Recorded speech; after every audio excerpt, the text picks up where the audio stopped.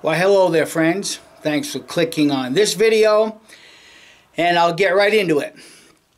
The nature of this video is to respond to a commenter underneath my previous video, my challenge of Swiss versus Swiss. And I'm going to try to be delicate, just simply because when people's precepts, their concepts in life get challenged, instead of looking at the evidence in front of their eyes, they actually lash out at the person presenting the information, such as the commenter saying that I'm a know-it-all. No, I'm not a know-it-all. I do know a lot, but I don't know it all. Because when people's precepts are challenged, they have no other way to respond other than going after the person challenging the precept. And I'm very, very, very familiar with this entire concept. For those of you that are ex-Jehovah's Witnesses that are watching this, leave your comment. Back me up, because you know that I know what I'm talking about when it comes to challenging age-old concepts and precepts. I know when I'm being gaslighted. I know when somebody's deflecting. I know when someone's throwing in a straw man argument or even a red herring. Because I've been studying this for the past 11, 12 years of my life. So what I'm going to do is I'm going to do some more burn tests just so that this, in the eyes of certain people, this issue is settled. Okay? Now, I recognize that I used Schutzen 4F in the flash pan of my flintlock. Okay? Go back in previous videos. I've used Elephant 4F in my flash pan, even when I'm shooting GoX or any of my homemade gunpowders. They have not left my lock as dirty as I showed in that video. Now, you have to understand the very nature of black powder, and flintlock shooters should know this more than anybody else. Your black powder burns from the bottom of your barrel forward. All those gases are not only pushing the ball forward, but it's also coming out of your touch hole. And it doesn't matter whether you use the cleanest of the cleanest, the best of the best. All gunpowders are going to foul. Some, as I showed, this Swiss fouls unacceptably too quick for me. And here again, here's another one of those precepts that are being challenged. Just like over the years, shooting black powder, I've heard hundreds of people say, well, you can't weigh black powder.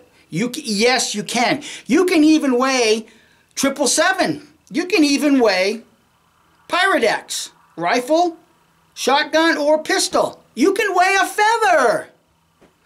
But what does that do in your measurer?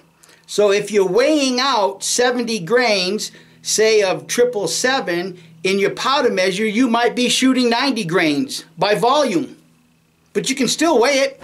You just have to know how that affects or what it's going to do in your gun barrel. Okay? Now, when it comes to percussion guns, you're not going to see as much fouling in these type of mechanisms than you would in a flintlock.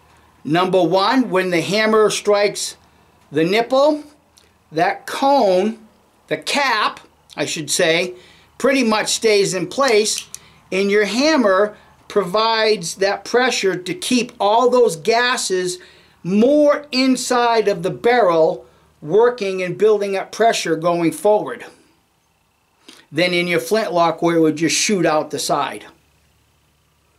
These are just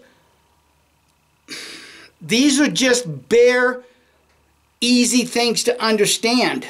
easy concepts to comprehend when it comes to black powder. You don't need to look down my barrel to see what kind of barrel I'm shooting or anything like that, because those are just excuses that men will try to throw out there as a deflection, as a red herring, as a straw man argument, to get around the fact that I showed that Swiss burns dirty.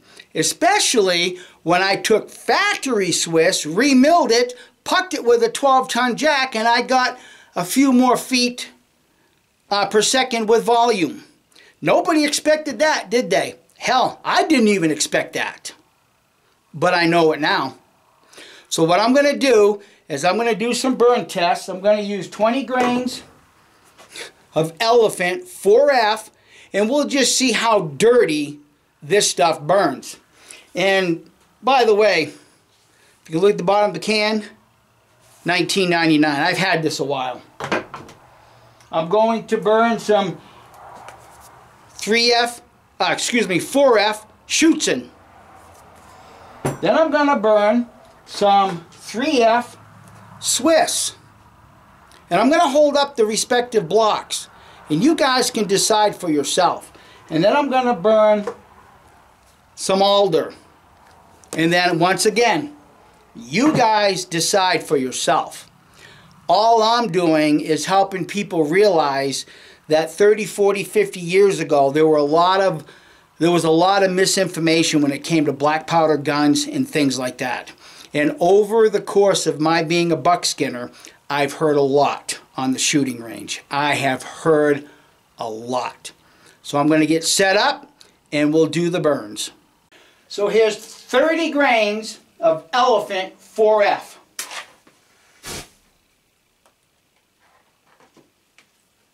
So there's the block. You decide for yourself what the level of smoky residue is. And like all the other gunpowders that I've tested, I can still see those little tiny white little pieces of KNO3, the potassium nitrate. But all in all, in my opinion, of course, it's not all that dirty compared to. So I'm going to get set up, and then I'm going to do 30 grains of Schutzen 4F.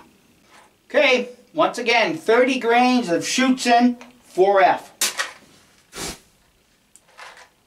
Okay, you can see a little bit of smoky residue left behind. And once again, I can see all the little white pieces of potassium nitrate. But it's not really all that dirty. It's really not. So now I'm going to get set up and I'm going to do the Swiss. So since volume-wise, there's more 4F to burn, I went ahead and strung out 40 grains of Swiss 3F.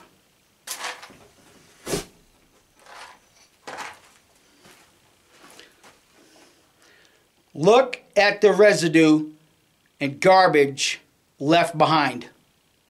Give you another look, see? Hopefully you can see it. Now, as I stated before, all of this smoke and stuff is coming out your touch hole, fouling up your frizzen face, your flint, in your pan. Okay, let me burn my alder. Okay, here's 40 grains of the alder. That's either the white or the red alder with a specific gravity of, what was it, 0.37? Let's see if there's any smoky residue left behind.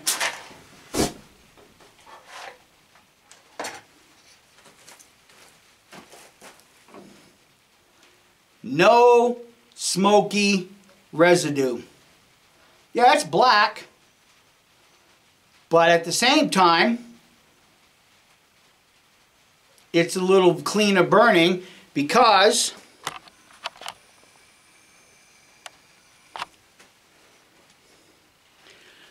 the little white flakes are barely visible.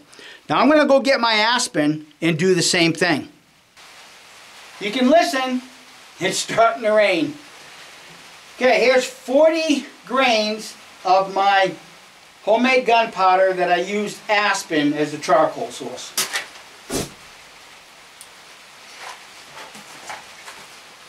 Gonna hold the block back here. Where's the smoky residue? Curious, isn't it? Compared to the Swiss. Let me get your close-up. There it is. Again, very, very fine pieces of potassium nitrate left behind. Yeah, it's black, it's dirty looking, but you would expect that because you're dealing with a charcoal as the fuel source. You would expect it to be black. All right, I'm going to adjust the camera and make one more comment. Now, I found it interesting also that there was criticism coming from the same person about my patches and how he can reuse his patches. Well, here's the thing. I'm not going to pick up any of my patches and start sucking on them to put moisture back in it, because then I'm sucking charcoal. I'm sucking this. Think about it. Again, guys, I've heard it all over the years. Believe me, I have. Even for you, Gun Drone, I will do that video. But I'm going to tell you right now, if that little bit of rod sticking out the front of my barrel is not going to affect the accuracy of that gun at all. It's just not going to do it.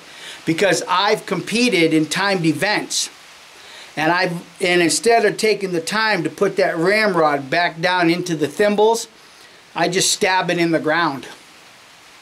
And in fact, Cache La Plew last year with my 54 Lyman Great Plains, that last shot, I just threw the ramrod down on the ground and I still hit my target. But I'll do that. I will do that. Won't be today because it's raining. So anyhow, guys, thanks for watching. I just wish people would learn to understand that things that were stated 30, 40, 50 years ago in the muzzleloading world no longer apply. Just doesn't. You can weigh Pyrodex. You can weigh 777. You can weigh a feather.